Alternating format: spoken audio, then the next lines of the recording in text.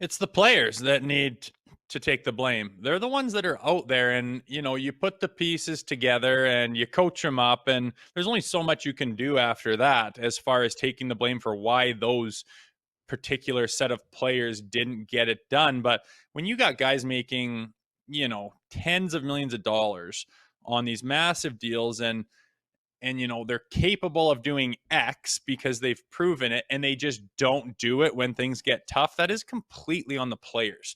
I mean, you can only coach them so hard. You can't put the fire in a guy's belly. You want a guy where you have to kind of pull back on the reins a little bit because they're going crazy out there. They want to win so goddamn bad. You don't want players that you have to crack the whip on all the time.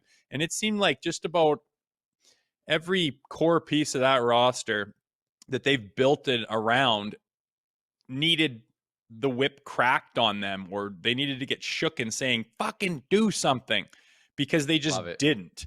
And they Yeah. just stayed perimeter, and they didn't get that fire in the belly. They did not seem to get even remotely pissed off or intense.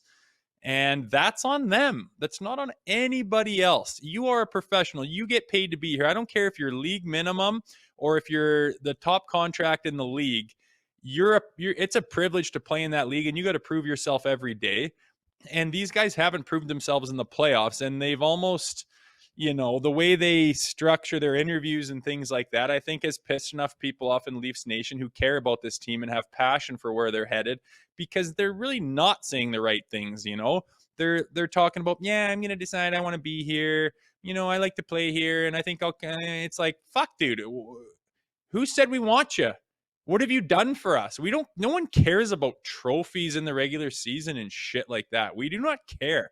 This team, this city, this market is dying for some playoff success.